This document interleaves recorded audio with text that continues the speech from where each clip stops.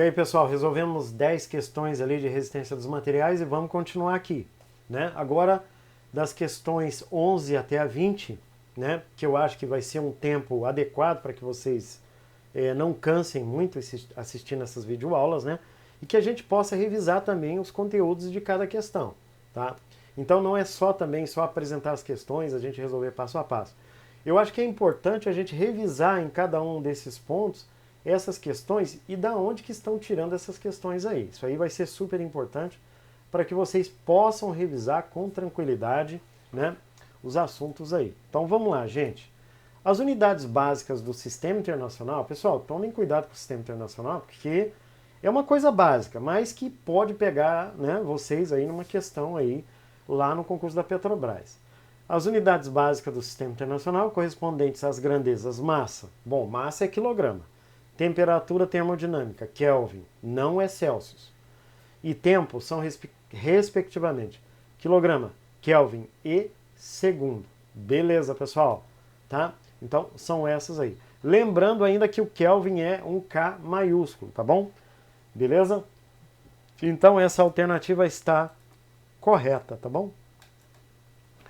A figura a seguir demonstra um exemplo de carregamento axial? Tá correto, pessoal. O carregamento axial, puramente axial, ele acontece em relação ao comprimento do elemento. Então nós temos o comprimento aqui dessa régua, se você puxar ela nessa direção ou comprimir, né? Então aí nós temos um exemplo de carregamento axial, tá? O transversal, só para lembrar, é o carregamento que é perpendicular ao comprimento do elemento. Então nesse caso ele é transversal. Tá?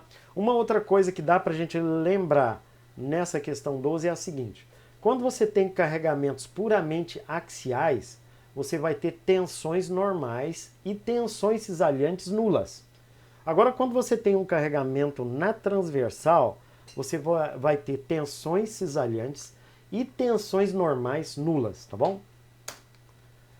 Na solicitação de tração ou compressão, o esforço que é paralelo à seção transversal do corpo. Ou seja, o esforço atua na direção axial da peça. Gente, o esforço que é paralelo à seção transversal. Gente, não é paralelo, tá? Ele é perpendicular à seção transversal. Então, está incorreta essa questão 13. O esforço que é paralelo à seção transversal, ele não é uma solicitação de tração nem de compressão. Ele é uma solicitação de cisalhamento, tá bom? Então, esse esforço que é paralelo à seção transversal do corpo, ó, paralelo, ele é um esforço que tende a cortar. Ele é um esforço que tende de corte da peça. E não de tração nem compressão. Então tá errado mesmo. No cisalhamento, a peça sofre a ação de uma carga de ação tangencial à área da seção transversal, chamada de força cortante. Opa! Parabéns, é isso aí mesmo. Parabéns. Então, está correto. Na torção, a solicitação tende a girar as seções de uma peça uma em relação às outras. Está correto. Desculpe, pessoal. Realmente, na torção, você tem um giro das seções, né? E tende a torcer, fazer uma hélice ao redor da peça, né? Então, está correto. O coeficiente de segurança N, ele é um fator que define o limite do trabalho de um projeto. Ou seja, a tensão admissível. A tensão que representa a tensão limite, com a qual se pode projetar sem perigo de surpresas desagradáveis. Quer dizer, o que ele quer dizer com surpresas desagradáveis? São quebras, falhas inesperadas, né? Pode ser denominada de tensão inadmissível. Não, tá errado. É tensão admissível mesmo, tá? Então não é tensão inadmissível. Então ele tentou confundir ali no final, mas não vai confundir não, tá? Os pontos C e D no diagrama tensão-deformação da figura a seguir são, respectivamente, o limite de resistência e o limite de ruptura. Tá certíssimo. É aqui aonde acontece o rompimento da peça. E aqui é onde acontece a tensão máxima aplicada na peça, né? Se F1 e F2 somam 4.000 newtons em megapascais, na seção A da figura, a tensão é de 40/9 megapascais. Pessoal, essa questão basta que você verifique que F1 e F2 somam 4.000 newtons. Então, a tensão vai ser dada por 4.000, tá? 4.000 newtons, dividido por uma área de...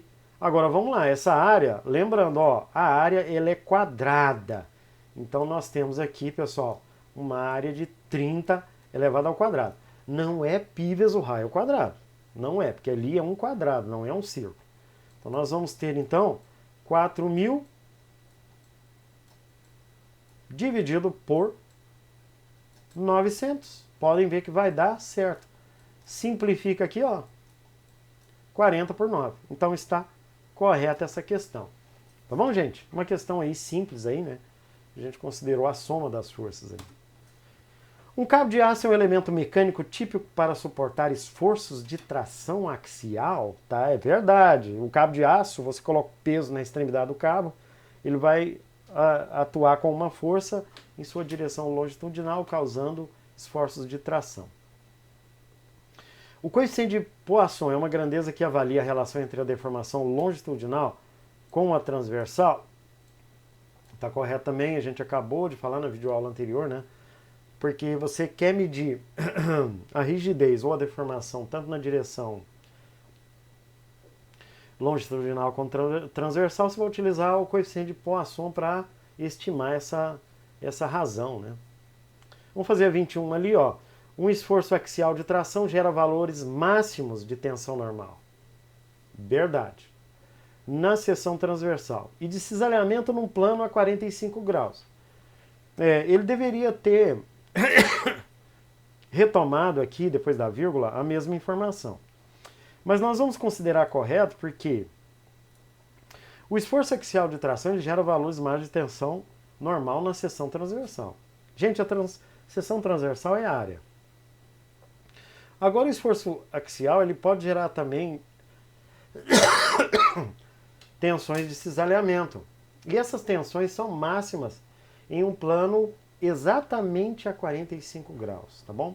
Então por isso essa questão está correta, tá bom, pessoal? Beleza?